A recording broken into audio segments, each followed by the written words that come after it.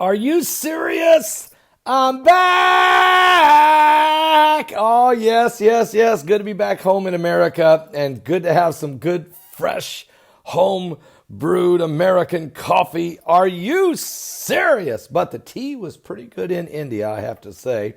The crusade was amazing and many lives were saved. Many people were saved and many were touched by the healing hand of God. Just tremendous event we had there. I preached 5 different sermons in 3 different locations and had a powerful time in the Lord. Thousands of people came. It was an amazing trip in India. But I'm back. I'm going to tell you more about that today in our live broadcast. But I'm back right now, and also the volcano exploded, but it really didn't do it with a lot of sound.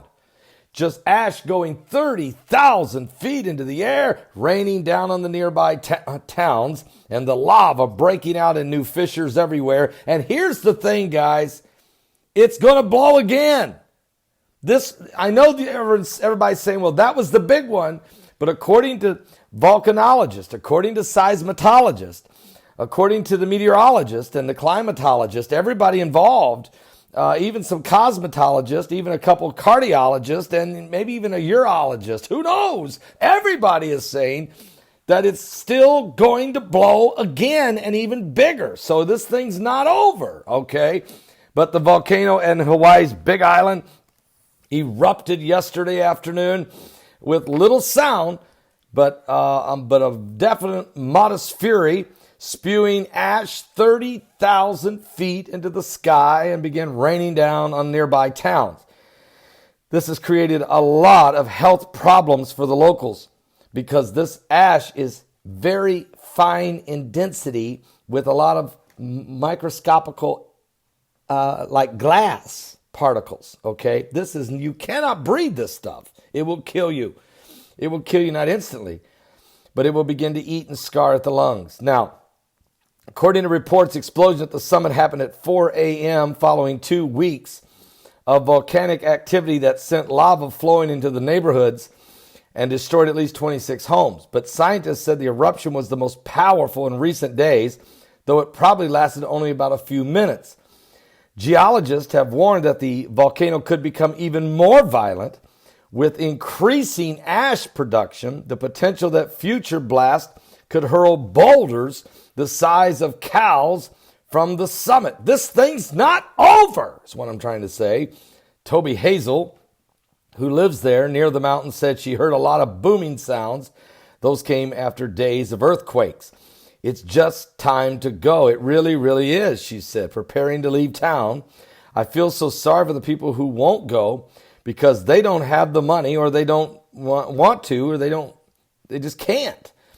Some people in the community closest to the volcano slept through the blast because it wasn't explosive like Mount St. Helens, but it was explosive in ash and also lava fissures keep opening. The reason this is happening, folks, according to the volcanologist, is because the mountain itself is potentially ready to blow apart. I don't think we're really getting the full understanding. Everybody's being very cautious in how they report this. But according to reports, we have not seen the worst of it yet. This was just like the opening act. All the other little stuff was preliminary. And that was the opening act yesterday, but it's not over yet.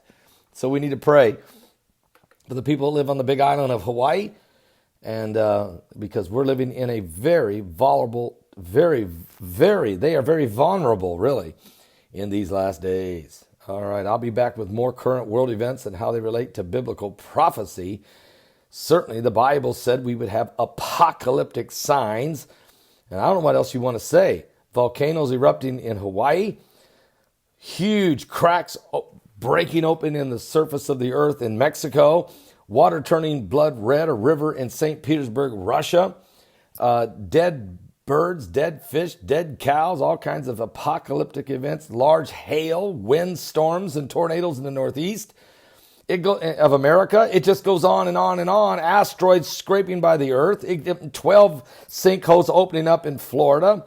A massive sinkhole, huge, 6 stories deep in New Zealand. And it just I can't even think about everything that's happened in the last few days. And there's more to come.